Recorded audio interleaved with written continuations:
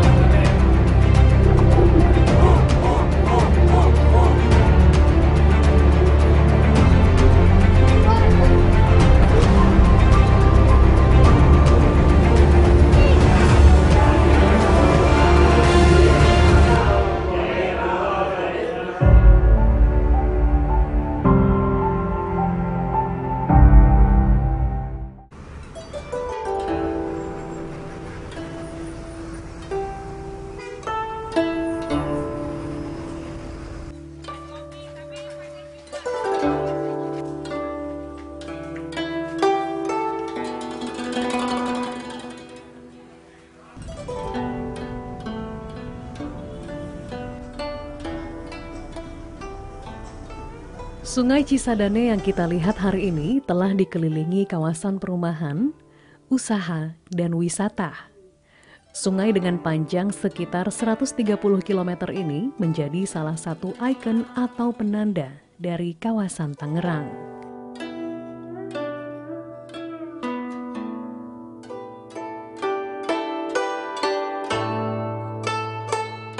Namun jauh sebelum itu, kawasan di sekitar sungai ini adalah tempat dimulainya peradaban masyarakat keturunan Tionghoa yang kerap disebut sebagai komunitas Cina Benteng. Masyarakat Cina Benteng kerap dikaitkan dengan kesederhanaan, bahkan dengan kemiskinan dalam kehidupan sehari-harinya. Namun sejarawan menilai masa awal kedatangan orang Tionghoa di kawasan Tangerang justru menjadi roda penggerak kegiatan ekonomi setempat. Kenapa disebut Cina Benteng? Karena mereka terletak di kawasan sekitar benteng, gitu ya, dan tentu mereka sangat aman. Kenapa? Karena mereka yang menopang perekonomian Belanda, ya. Jadi mereka tinggal di Cina Benteng itu karena mereka tinggal di dekat bentengnya Belanda, yang namanya Benteng Makassar. Nah, benteng ini sekarang nyaris tak bersisa di sekitar Kali Cisadane dan merupakan perbatasan antara Banten, wilayah Banten dan wilayah kekuasaan VOC. Maka sebenarnya Cina Benteng ya mereka yang bisa hidup aman damai ya bersama Belanda, tetapi juga mereka menjalin hubungan dagang secara dengan kerajaan Banten itu sendiri.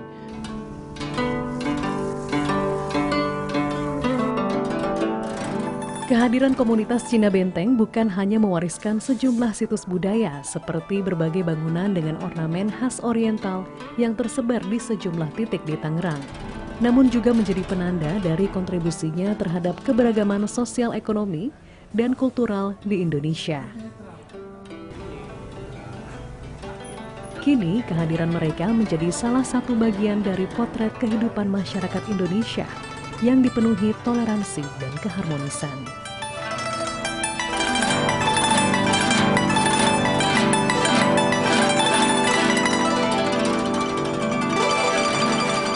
Zaman yang semakin diwarnai berbagai kemajuan teknologi pun tak membuat masyarakat Cina Benteng goyah dalam mempertahankan tradisi dan budaya yang diturunkan dari para leluhur, sebagaimana dikatakan oleh seorang tokoh masyarakat Cina Benteng, Oi Chin Eng.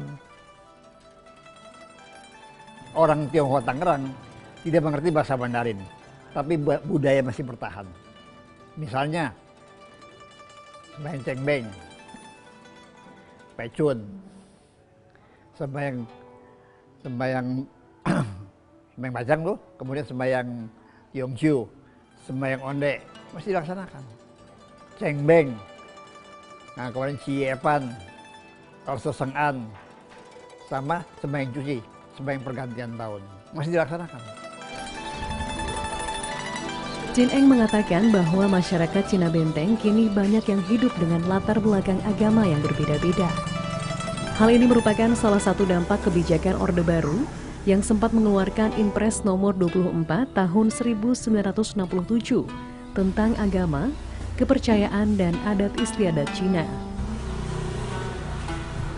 Di mana pada saat itu agama Konghucu belum diakui di Indonesia, sehingga banyak masyarakat Tionghoa yang beragama Konghucu beralih memeluk salah satu dari 5 agama yang diakui saat itu. Mayoritas memilih memeluk agama Buddha, Kristen, dan Katolik. Meski demikian, sampai saat ini tradisi penghormatan kepada para leluhur masih menjadi bagian dari kehidupan masyarakat keturunan Tionghoa di kawasan ini.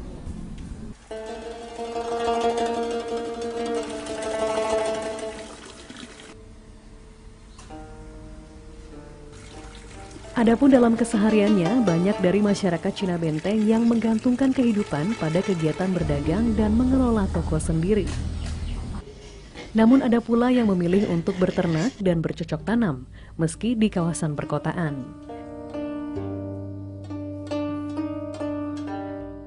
Salah satunya adalah Cheng Sin, yang merupakan generasi keempat dalam silsilah keluarganya yang menetap di Tangerang. Pak bisa tinggal di sini gitu Pak, awal mulanya gimana sih Pak? Ya udah turun menurun kan, dari kakek terus orang tua lalu ke saya.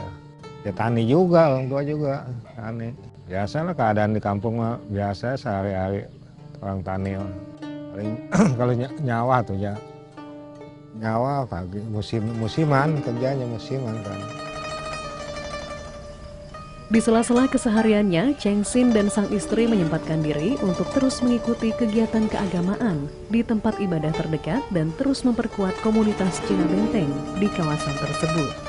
Ia pun menjadi salah satu penerus kepercayaan Konghucu dalam silsilah keluarganya, di mana anak-anaknya, seperti kebanyakan anak muda Tionghoa lainnya, memilih untuk memeluk kepercayaan lain.